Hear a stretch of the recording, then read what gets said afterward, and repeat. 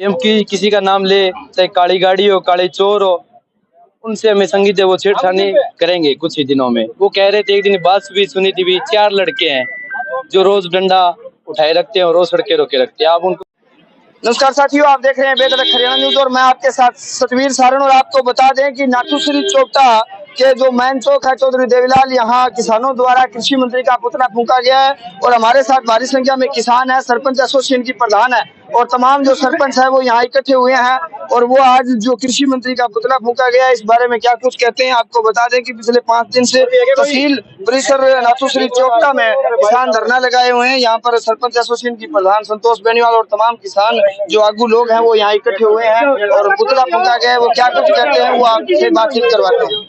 जी madam, आज कृषि मंत्री का पुतला फूंका गया है, क्या कुछ बात हुई है? कोई अधिकारी आया है या सरकार का विरोध किया जा रहा है, क्या एजेंडा?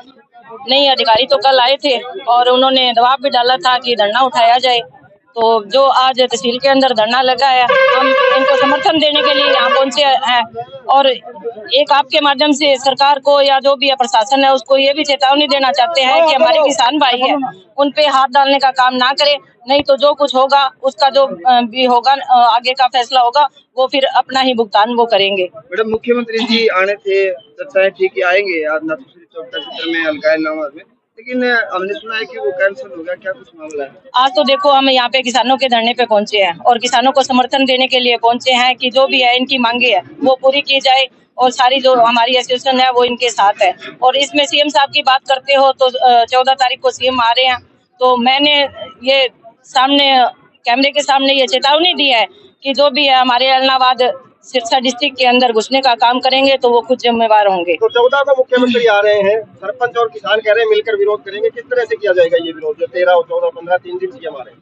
हम सारे सरपंच और किसान इकट्ठे होके पूर्ण रूप से पूरा विरोध करेंगे और किसी भी कीमत पे हम पीछे नहीं हटेंगे। हमें जहाँ तक जाया गया पहुंचा गया, हम काले झंडे भी दिखाएंगे और इससे आगे और भी करना पड़ा तो हम करेंगे। महिलाओं की अगर बात करें तो खिलाड़ी बैठे हैं, कुछ दिन पहले हरियाणा में भी एक महिला ने खेल मंत्री के खिलाफ आरोप लगाया था, आप भी महिला हैं और प्रदेश लेवल का पद आपके पास, आप क्या मानती हैं सरकार के एजेंडे को या महिलाओं की अगर बात करें? देखो, एक साइड तो सरकार बेटी पढ़ाओ बेटी बचाओ का नारा दे रही है और दूसरी तरफ आज हमारी बेटियां जो जंतर मंतर पे बैठी हैं उनके साथ ना देके उन्हीं को गलत साबित करने का काम कर रही है और जो आज ब्रजभूषण है उसके साथ खड़ी है सरकार। तो जहाँ तक लगता है और जो कुछ देखने को आया है कि सरकार है डरी हुई है, डरती है, इन संसदों से डरती है कि कल को इन पे कोई कार्रवाई होती है तो आपका नुकसान ना हो, क्योंकि जो बेटियां आज हमारे देश का गौरव है उनकी सरकार नहीं हो सकती। तो हम किसान हैं, सरपंच है, शायद हम उम्मीद ना रखें तो अच्छी बात है।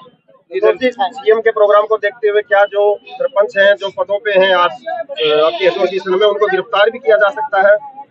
देखो वो तो सरकार सरकार की जो स्टार्टिंग से तानाशाही नीतियां रही है, क्योंकि जो पीछे गूगल का प्रोग्राम था उसके अंदर भी मेरे को 6 बजे आके घर पे गिरफ्तार कर लिया था और मेरे को नजरबंद रखा। उसके बाद में मैं वहाँ पे निकलने के लिए मजबूर हुई, किसी भी तरह मेरे को निकलना पड़ा, मैं निकली। और इसी तरह कुछ भी ऐसा होता है तो मैं सीएम का जहाँ भी प्रोग्राम होगा वहाँ पहुँचने का काम करूंगी और मेरे सरपंच भाई और किसान भाई वहाँ पे पहुँचेंगे। जी प्रधान जी, मतलब आज पुतला फूंका गया है, आगे की क्या रणनीति रहने वाली है किसानों की अगर सरकार बात नहीं सुनती तो? किसानों की आगे की रणनीति बहुत हम डे बाई डे हमारी रणनीति रहेगी। अगर ये गूंगी बहरी सरकार समय रहते अगर हमारे आंदोलन को नहीं समझ सकी और दबाने का प्रयास किया और जैसे किसानों पे दबाव बनाने का काम किया तो किसान बिल्कुल दरी पे अकेला नहीं बैठेगा। आगे से आगे जो भी हमारी रणनीति होगी, हमारी सारी यूनियन और सभी हमारे किसान साथी उनकी राय लेके दिनों दिन हम इसको आंदोलन को तेज करने का काम करेंगे। कोई अधिकारी कर्मचारी की कोई बात हो रही है किसानों की 5 दिन से जो आप बैठे हैं, क्या निकल गया है अब तक? नहीं, अभी तक कोई अधिकारी से बात नहीं हो रही है। अधिकारी है जो सारे बीजेपी सरकार के दबाव में काम कर रहे हैं, बीजेपी सरकार के दबाव में काम कर रहे हैं। हम डीसी साहब को ज्ञापन दिया, सब जो कृषि अधिकारी है उनको ज्ञापन दे दिया, कृषि मंत्री यहाँ आए थे उनको हमारी जो समस्या थी उनको अवगत करा दिया, परंतु ये सरकार कोई सुनने वाली नहीं है, कोई इसका हल नहीं निकाला अभी तक। धरना आपका उठाने की भी कोशिश है क्या प्रशासन की? कोशिश है वो तो समय बताएगा। प्रशासन ने कहा भी धरना यहाँ से बाहर निकालो, हमने कहा नहीं जी, धरना हमने लगा दिया। हमारी जो जायज मांगे हैं और जब तक हमारी मांगे पूरी नहीं हुई धरना हमारा यहीं पे रहेगा। संख्या बल के हिसाब से जो चोपटा के एरिया के किसान हैं उनको क्या संदेश देना चाहेंगे? संख्या तो दिनों दिन हमारी बढ़ती जा रही है। और किसानों से मैं यही कहूंगा, कोई एक किसान की लड़ाई नहीं है, एक ब्लॉक की लड़ाई नहीं है, ये सिरसा जिला की और सारे हरियाणा की जो लड़ाई है।